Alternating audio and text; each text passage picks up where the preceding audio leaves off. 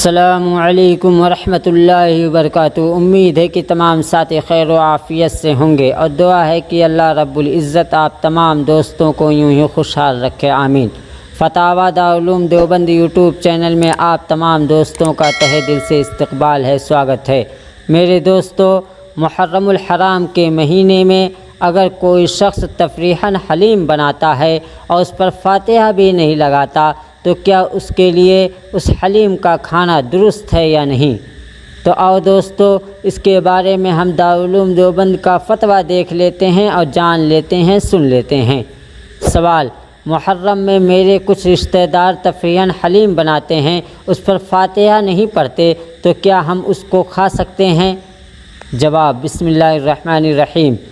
ایسے موقع پر تفریحاً حلیم بنانے سے بھی اعتراض کرنا چاہیے۔